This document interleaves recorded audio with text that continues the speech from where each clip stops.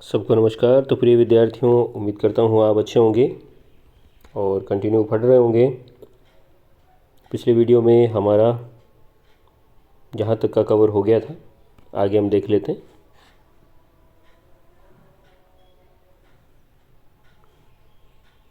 हाँ, यहाँ देखिए कुछ असमानताएं।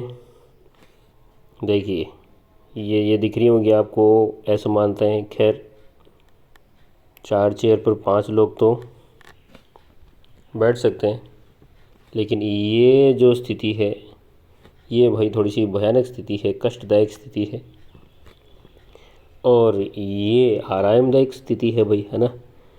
तो ये गरीब और अमीर का विभेद हमारे समाज में कुछ ऐसा ही चलता रहता है। खैर, आगे बढ़ते हम लोग। हाँ, तो अब हम बात करेंगे इस पॉइंट की। देखिए, आय और अन्य मापदंड।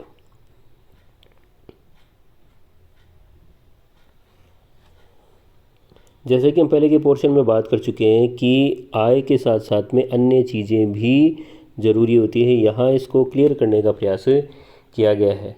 भाई यहाँ देखिए, हमारे पास में एक सारणी है और आप पाएंगे कि यहाँ हरियाणा की जो प्रति व्यक्ति आय है,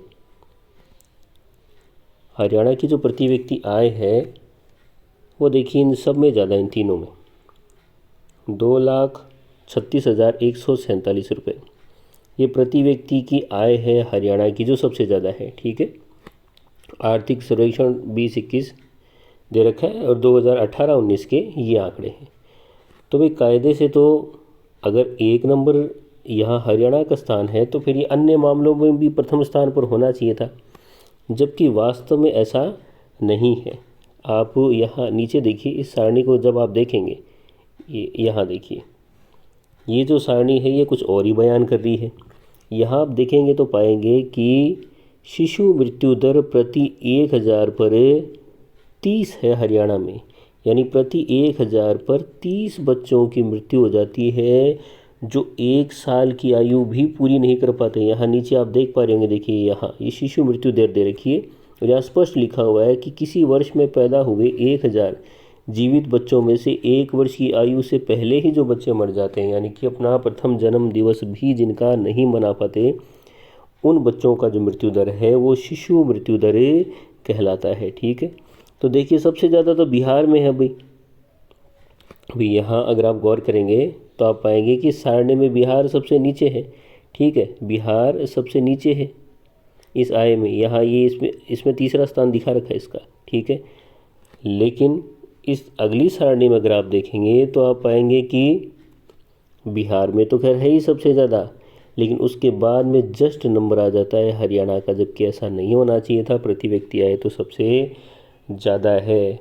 और देखिए साक्षरता दर 80% ही है, जबकि केरल की तो 96% है। केरल का तो यहाँ प्रथम स्थान आ रहा है साक्षरता में। अगर आय ही सब कुछ होती तो फिर प्रथम स्थान तो हरियाणा का आना चाहिए था, जबकि ऐसा नहीं है। इसी प्रकार देखिए निवल उपस्थिति अनुपात, निवल का मतलब शुद्ध होता है, तो शुद्ध उपस्थिति अनुपात जैसा कि आप देख पा रहे हैं यहाँ नीचे लिखा हुआ, देखिए 14 से 15 आयु वर्ग के जो बच्चे हैं तो उनके आयु वर्ग का एक प्रतिशत मान दे रखा है। देखिए यहाँ 14 से 15 वर्ष की आयु के स्कूल जाने वाले कुल बच्चों का उस आयु वर्ग के कुल बच्चों के साथ में प्रतिशत, कि भाई 14 से 15 आयु वर्ग के कितने बच्चे हैं और उनमें से स्कूल कितने जाते हैं, उनके बीच का जो अनुपात है, प्रतिशत मान है, निवल उपस्थिति अनुपात कहलाता है। ठीक है, साक्षरता दर आपको मालूम ही है, 7 वर्ष या उससे अधिक आयु वर्ग के जो साक्षर जनसंख्या है उसका अनुपात साक्षरता अनुपात कहलाता है। तो हमारे एक बात समझ में आती है कि आय ही सब कुछ नहीं है, अन्य चीज़ें भी मायने रखती हैं। इस पोर्शन को आप पढ़िएगा इन दोनों सारणी के आधार पर, और ये चीज़ें हमारे सामने। और बाकी तो देखिए यहाँ ये दे रखा है, देखिए ये प्रति व्यक्ति 1 वर्ष में कितना कमाता है हरियाणा का। ठीक है, और बिहार औसतन केवल 40,982 ही कमा पाता है। इसलिए अगर विकास का मापन के लिए प्रति व्यक्ति आय का प्रयोग किया जाए तो तीनों राज्यों में हरियाणा सबसे अधिक और बिहार सबसे कम विकसित माना जाएगा। लेकिन सारणी जो हम 1.4 देखते हैं उसमें आंकड़े कुछ और ही बयान करते हैं। और यहाँ देखिए किसकी स्थिति ज़्यादा ठीक है? केरल की। केरल की स्थिति ज़्यादा ठीक है भाई विद्यार्थियों।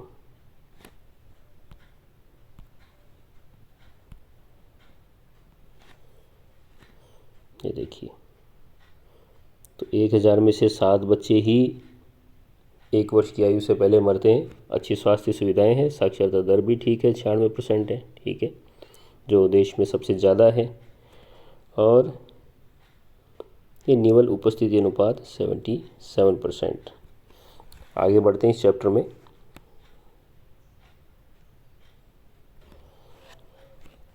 तो अगले पेज पे वही बातें जो हम बात कर ही रहे थे कि तालिका को अगर देखा जाए तो 1000 में 7 बच्चे ही मरते हैं 1 वर्ष की आयु से पहले। शिशु मृत्यु दर केरल की कम है और हरियाणा में 30 है, जो इसके 3 गुना से भी ज़्यादा है। 7 तिया 21 है ना, 3 गुना से भी ज़्यादा है। 7 चौका 28, 4 गुना से ज़्यादा हो गई ये तो। दूसरी ओर हरियाणा प्रति व्यक्ति आय केरल से ज़्यादा है, जैसा कि सारणी में हमने, ठीक है। तो ज़रा सोचिए कि सब लोग कितना प्रसन्न होंगे जब कोई बच्चा जन्म लेता है। और ऐसे माता पिता के बारे में भी सोचिए जिनके बच्चे अपना पहला जन्मदिन भी नहीं मना पाते हैं। तो ये बहुत से ऐसे कारण हैं। इसी प्रकार जब हम साक्षरता की बात करते हैं तो यहाँ इन्होंने देखिए क्या क्या बात लिखी है कि अगर हम बिहार के किसी स्कूल में पढ़ रहे होते तो जाहिर सी बात है कि आधे से अधिक बच्चे अगली क्लास में गायब हो जाते, यानी 8वीं के बाद में आधे से ज़्यादा बच्चे क्या हो जाते, गायब हो जाते। और शायद आप ये बिहार के होते तो ये सब पढ़ भी नहीं रहे होते। तो हम कहाँ पढ़ रहे हैं भाई? हम तो 10th क्लास की बुक में पढ़ रहे हैं और यहाँ इसने लिखा है कि 8वीं के बाद में आधे से ज़्यादा बच्चे गायब हो जाते हैं। तो जाहिर सी बात है, हो सकता है कि बहुत से बच्चे वर्तमान क्लास में पढ़ने वाले बहुत से बच्चे 8th के बाद में 9th और 10th क्लास पढ़ ही नहीं पाते। तो ये आय के साथ में कुछ अन्य मापदंड हैं जो इस खंड में हमने समझने की कोशिश की है। और यहाँ देखिए भी विद्यार्थियों, कुछ सार्वजनिक सुविधाएं होती हैं जिनकी हमें आवश्यकता रहती है। तो ज़रूरी नहीं कि हमारी जेब में जो रुपया रखा हुआ है वो सब वस्तुएं और सेवाएं खरीद सकें जिनकी आपको बेहतर जीवन के लिए आवश्यकता हो सकती है। मैं कई बार क्लास में कहता हूँ कि मान लीजिए हमारे पास में गुलाबी नोटों का, है ना, गुलाबी नोटों का भरा हुआ बैग होता। गुलाबी नोट वैसे तो अब सरकार ये चलन में कम रह गए हैं और धीरे धीरे ये जो नोट बैंक में जा रहे हैं वो धीरे धीरे अब वापस नहीं आ रहे हैं। तो ये जो इस कलर के जो नोट हुआ करते थे, तो मान लीजिए, कल्पना कर लेते हैं, कल्पना करने में माना कि, है ना, कल्पना करने में क्या जाता है, ये मान लेते हैं कि नोटों का भरा हुआ एक थैला हमारे पास में, बहुत बड़ा थैला है, ठीक है। वो थैला हमें दे दिया गया, ठीक है, लेकिन ये थैला हमें पकड़ा करके और सहारा मरुस्थल में छोड़ दिया गया, डेजर्ट में छोड़ दिया गया। तो ये नोटों को भरा हुआ जो थैला है वो हमारे किसी काम का नहीं है। प्रिय विद्यार्थियों, हमारे पास में रखा हुआ जो रुपया है, ज़रूरी नहीं हम उससे सारी चीज़ें खरीद पाएँ। अरे भैया, हमारे आसपास में होगा तभी तो खरीद पाएंगे।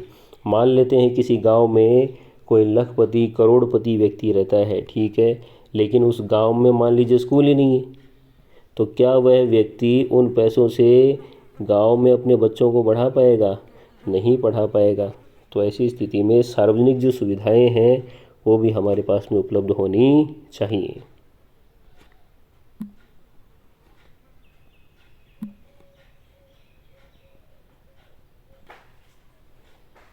हाँ, तो माफ़ी चाहेंगे भाई विद्यार्थियों ना, बीच में वो पेज गायब हो गया था। और देखिए क्या लिखा हुआ है यहाँ पे कि भाई हमारे पास में चाहे कितना ही पैसा क्यों ना हो, अगर हमारा वातावरण शुद्ध नहीं है तो जैसा वातावरण होगा हमें उसी वातावरण में रहना होगा। हम प्रदूषण मुक्त वातावरण नहीं खरीद सकते, हम बिना मिलावट की दवाएं नहीं खरीद सकते। अगर हम जिस स्थान से दवाएं ले रहे हैं वहाँ मिलावटी दवाएं हैं तो वो हमें भी मिलेगी, यानी वो एक अमीर व्यक्ति को भी मिलेगी, वो एक गरीब व्यक्ति को भी मिलेगी। जब तक आप ऐसे समुदाय में जाकर नहीं रहने लग जाते जहां ये सुविधाएं पहले से उपलब्ध हो। देखिए यहाँ इधर भी क्या लिखा हुआ है कि क्या तुम पढ़ पाओगे, मान लो स्कूल ही नहीं हो, कि हमारे माता पिता हमें स्कूल में भेजने की क्षमता रखते हैं लेकिन वहाँ स्कूल ही नहीं है, जैसा कि मैं अभी आपको बता रहा था, तो हम नहीं पढ़ पाते। हम पढ़ पा रहे हैं गवर्नमेंट स्कूल में, प्राइवेट स्कूल में, इसलिए पढ़ पा रहे हैं क्योंकि वहाँ रहने वाले अन्य बच्चे भी पढ़ना चाहते हैं, सरकार ने वहाँ स्कूल खोले हैं, ठीक है, इसलिए हम वहाँ पढ़ पा रहे हैं।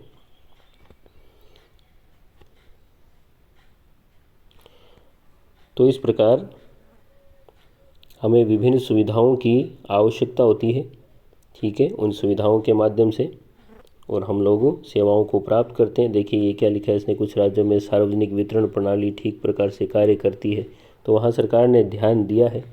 इसलिए केरल में शिशु मृत्यु दर कम क्यों है, क्योंकि यहाँ स्वास्थ्य सुविधाएं, शिक्षा की मौलिक सुविधाएं पर्याप्त मात्रा में उपलब्ध है। तो ये कुछ सार्वजनिक सुविधाएं होती हैं जिन पर सरकार विशेष ध्यान देती है और जिनके परिणाम स्वरूप हम उन सुविधाओं को प्राप्त कर पाते हैं।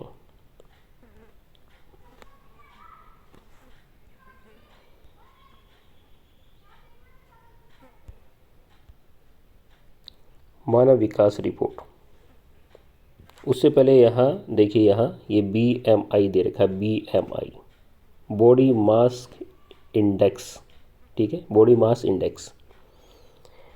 तो इसमें कुछ तालिका वगैरह दे रखी है। अच्छा ऊपर क्या लिखा देखिए कि वैज्ञानिक शरीर द्रव्यमान सूचकांक कहा जाता है, इससे हमारे पोषण का पता लगता है और जितनी भाई हमारी ये भार और ऊंचाई का एक अनुपात रहता है।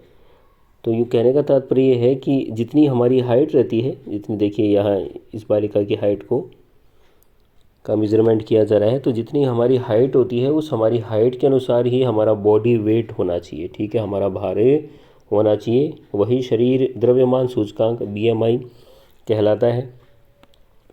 यहाँ देखिए मानव विकास रिपोर्ट, मानव विकास की जो रिपोर्ट है वो UNDP United Nations Development Programme, संयुक्त राष्ट्र विकास कार्यक्रम के द्वारा सन 1990 से लेकर के लगातार जारी किया जा रहा है, ठीक है। तो एक पाकिस्तान के अर्थशास्त्री हुआ करते थे डॉक्टर महबूब उल हक, डॉक्टर महबूब उल हक, महबूब उल हक। तो मैं समझता हूँ राइटिंग आपके समझ में आ रही होगी और जितना आपके समझ में आए उतना तो मैं लिख ही रहा हूँ। डॉक्टर महबूब उल हक, और थोड़ा बहुत तो एडजस्ट कर लीजिएगा भी विद्यार्थियों, डॉक्टर महबूब उल हक और इनके ही, ये तो थे पाकिस्तान के, ठीक है, और इनके ही एक साथी हुआ करते थे जो हमारे भारत के थे, प्रोफेसर अमर्त्य सेन।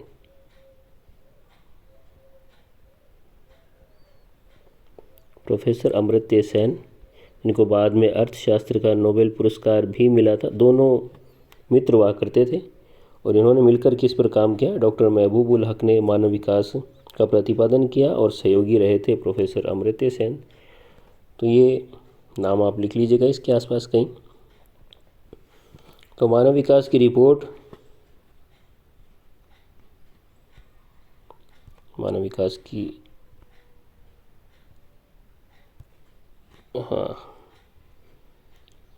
तो ये हमारे समझ में आ गया कि आय का स्तर महत्वपूर्ण तो है लेकिन अपर्याप्त मापदंड है, सिर्फ इसके आधार पर ही हम मानव विकास का मापन नहीं कर सकते।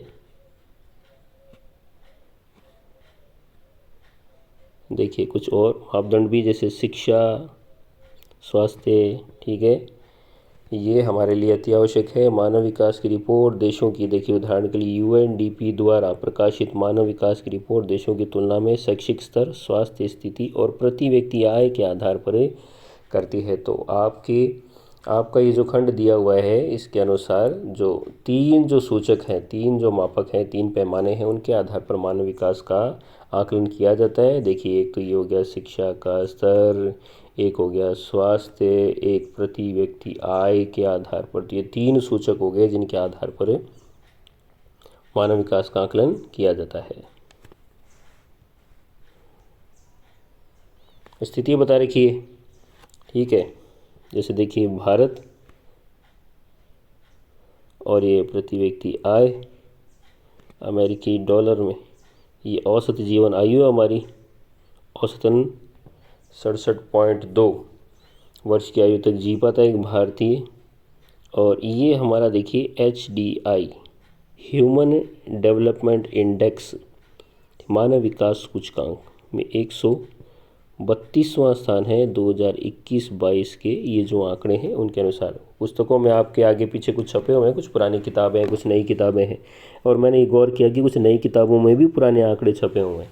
तो ये आप इनको सही कर लीजिएगा। ये जो मैं आपको पढ़ा रहा हूँ ये बोर्ड ने अपनी जो साइट पर दे रखा है, जो बुक दे रखी है रैशनलाइज, जिसमें कुछ पोर्शन हटाए गए हैं, उसके आधार पर पढ़ा रहा हूँ, ठीक है। तो ये ऑथेंटिक है, आप इसी को सही माने और इसके आधार पर ही आपकी परीक्षा में प्रश्न आएंगे। देखिए जहाँ नीचे टिप्पणियों में लिख रखा है HDI का अर्थ मानव विकास सूचकांक, ह्यूमन डेवलपमेंट इंडेक्स, ठीक है। और ये 189 देशों के बीच में ये जो क्रमांक है, ठीक है। और ये जो क्रमांक है इसमें हमारा कौन सा स्थान है, 132 है, ठीक है। और संभावित आयु तो आप समझिए कि औसत जीवन आयु को कहते हैं। और प्रति व्यक्ति आय की गणना सभी देशों में डॉलर के आधार पर की जाती है, भाई सबकी तुलना समान हो जाए उस आधार पर। आप एक बात गौर करेंगे, देखिए यहाँ श्रीलंका हमारा पड़ोसी देश, ठीक है, और उसका क्रमांक देखें आप 73, और हम देखो भारत का है 132 के ऊपर। ऐसा क्यों है? हमारा क्रमांक हमारे पड़ोसी देश श्रीलंका से, जो शायद हमसे ज़्यादा विकसित नहीं है, उससे पीछे कैसे है? इसका एकमात्र कारण है विद्यार्थियों की, ये मान लेते हैं कि ये कोई देश A है, ठीक है, और ये है देश B। तो आपको स्पष्ट समझ में आ रहा होगा कि A देश का जो आकार है वो बड़ा है, ज़्यादा लोग यहाँ पर रहते हैं। जब आकार बड़ा है, ज़्यादा लोग भी रह रहे हैं, ऐसी स्थिति में सबको सभी सुविधाएं कौन कौन सी, देखिए शिक्षा, स्वास्थ्य, प्रति व्यक्ति आय, 3 अभी पढ़े थे ना हमने सूचक, वो तीनों सूचक अच्छी स्थिति में हो ये ज़रूरी नहीं है। ये छोटा क्षेत्रफल है, कम लोग रहते हैं, इन पर ध्यान देना ज़्यादा आसान है। यही वजह है कि श्रीलंका का जो क्रमांक है, मानव विकास का क्रमांक, वो भारत से अधिक है। इसीलिए ये पहले आ जाता है, देखो इसका क्रमांक पहले आ जाता है 73, और हम आते हैं बाद में।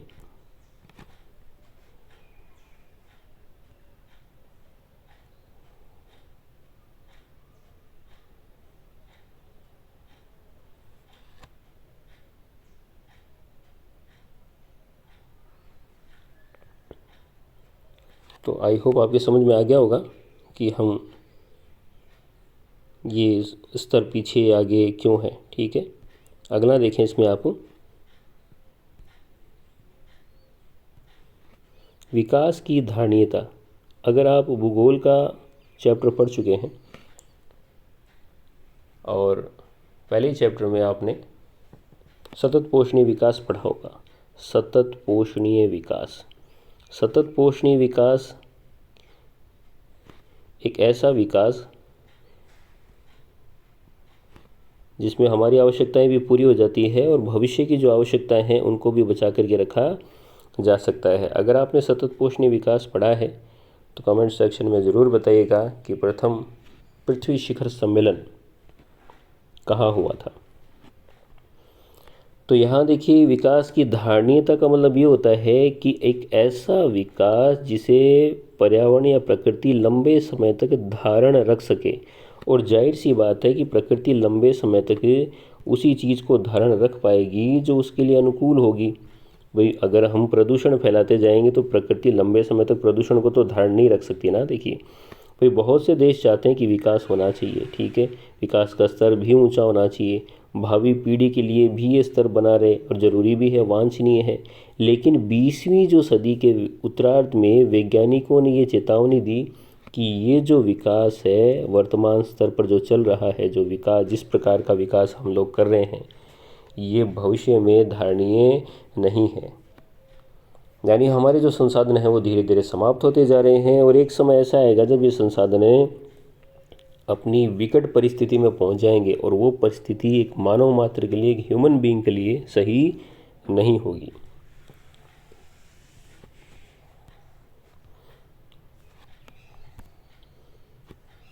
तो भूमिगत जल का उदाहरण ही देख लीजिए आप। यहाँ ये जो सांकेतिक चित्र बना रखा है, इस सांकेतिक चित्र में आप समझ पा रहे होंगे कि कुओं की गहराई देखिए किस कदर बढ़ती जा रही है। यानी वाटर लेवल है, जो ग्राउंड वाटर का जो लेवल है वो देखिए कैसे कम होता जा रहा है।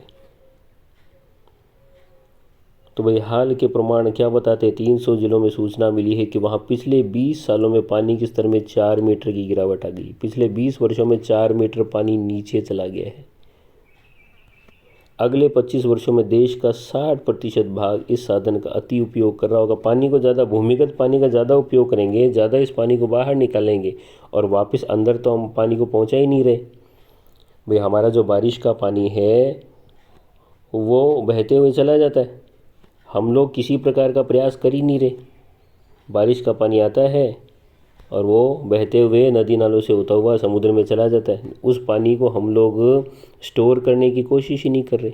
ऐसा नहीं कि उस पानी को स्टोर किया जाए, भूमिगत टंकी में उस पानी को इकट्ठा किया जाए, हम किसी प्रकार के प्रयास कर ही नहीं रहे। तो जाहिर सी ना हमने किसी सूखे कुएँ तक इस प्रकार हमने कोई पाइप बिछा रखी है जिसके माध्यम से वो पानी इकट्ठा हो सके। तो जब हम सोचेंगे नहीं इन संसाधनों के बारे में तो जाहिर सी बात है कि ये संसाधन समाप्त हो जाएंगे, ये विकास हमारा क्या नहीं है, धारणीय नहीं है। तो हमें वही विद्यार्थियों को कुछ ध्यान देना होगा। जैसे देखिए भूमिगत जल नवीनीकरण साधन का उदाहरण है। नवीनीकरण भाई भाप बनती है, ठीक है, बादल बनते हैं, फिर बादलों से क्या होती है, वर्षा होती है, बादलों से वर्षा होती है भाई है, वो पानी फिर वापस बहता हुआ नीचे आता है, नदी नालों में इकट्ठा होता है, ठीक है, फिर उसकी भाप बनती। तो ये एक प्रकार का रिसाइकिल है, ये चक्र है, ये चलता रहता है, ठीक है। लेकिन ये जो चक्र है ये मात्र 1% पानी का ही चलता है, बाकी का पानी तो समुद्रों तक पहुंच जाता है। आप सोच करके देखिए कि किसी भी दिन पूरा प्रशांत महासागर का पानी तो भाप बन करके उड़ नहीं सकता, है ना। और पहली बात उड़ नहीं सकता, और भाप बन करके उड़ भी जाए, इतने के बादल बन जाए, संघनन हो जाए, इतनी बारिश हो जाए तो फिर तो सब पूरी पृथ्वी में सब जलमग्न हो जाएंगे।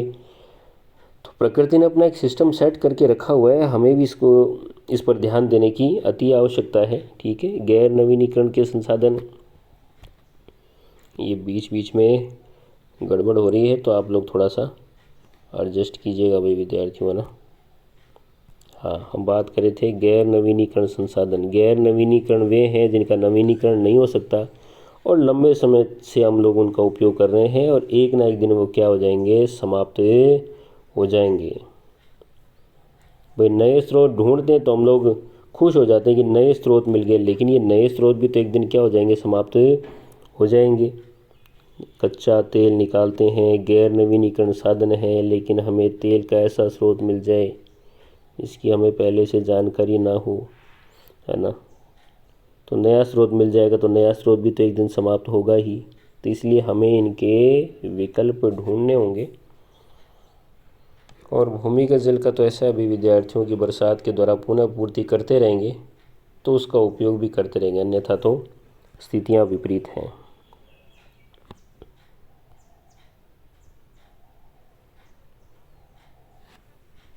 ये सारणी में कब तक चलेंगे ये भंडार, वो देखिए वो वर्ष बता रखे, ये भंडार कब तक चलेंगे। पूरे विश्व में आगामी 50.2 वर्षों तक ये तेल के भंडार चलेंगे और आने वाले 50 वर्षों के बाद में स्थिति बहुत ही भयानक होने वाली है।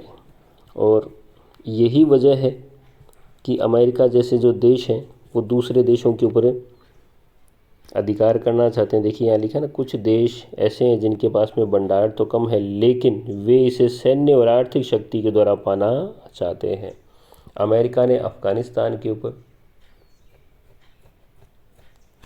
आक्रमण किया, ठीक है, और इराक के सद्दाम हुसैन थे तो इराक के ऊपर भी अधिकार करने का प्रयास किया। अमेरिका जैसे जो देश हैं जो सैन्य शक्ति में आगे हैं वो चाहते हैं कि वो दूसरे देशों के ऊपर सैनिक बल पर अधिकार कर लें जो इस मामले में, है ना, तेल के मामले में, क्रूड ऑयल के मामले में आगे निकले हुए हैं। तो जाहिर सी बात है भाई कि यहाँ देखिए स्पष्ट लिखा हुआ कि संयुक्त राज्य अमेरिका में अगले 10.5 साल तक, है ना, 10.5 वर्ष तक चलेंगे, उसके बाद में तो भंडार समाप्त होने वाले हैं। तो स्थितियाँ विकट परिस्थितियाँ हैं, ये एक अनुमान है हमारे पास में यहाँ ये जो वर्ष दिए हुए, लेकिन ये एक भविष्य की भयानक स्थिति के बारे में संकेत भी करते हैं।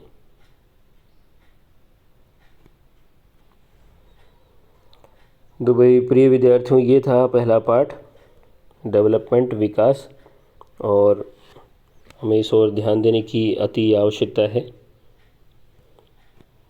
क्योंकि पर्यावरण प्रदूषण जब होता है तो पर्यावरण प्रदूषण कोई राष्ट्र या राज्य की सीमाओं का ख्याल नहीं रखता। आपको मालूम है कि ओजोन परत का अवक्षय हो रहा है, और ओजोन परत का अवक्षय यानी जिसे हम सामान्य भाषा में ये कहते हैं कि ओजोन परत में छेद हो गया, ठीक है, वो अंटार्कटिका महाद्वीप के ऊपर सबसे अधिक है। और आपको मालूम होगा कि अंटार्कटिका महाद्वीप के ऊपर रहता नहीं है कोई।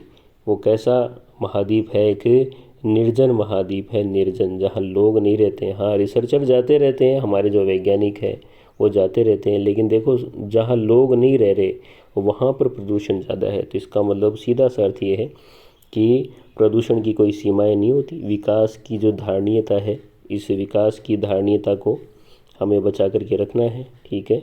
और इसका हमें ज्ञान होना चाहिए। वैज्ञानिक रूप से अर्थशास्त्री, दार्शनिक सभी इस बारे में मिलजुल कर काम कर रहे हैं, और सबको काम करने की आवश्यकता भी है। तो मैं उम्मीद करता हूँ कि ये चैप्टर आपके समझ में आया होगा। अलग अलग खंडों में क्या क्या मूल बातें कही गई है, उनको कुछ बातें हमने पढ़ी, कुछ को हमने अंडरलाइन किया, ठीक है, उनको समझने का प्रयास किया। आपके पास में बुक है, आप उसे पढ़िएगा, ठीक है। और जो मूल बातें आपको बताई गई हैं इन दोनों वीडियो के माध्यम से, आप उनको बार बार समझने का प्रयास कीजिएगा, तो आपको ये चैप्टर समझ में आ जाएगा। बहुत बहुत धन्यवाद।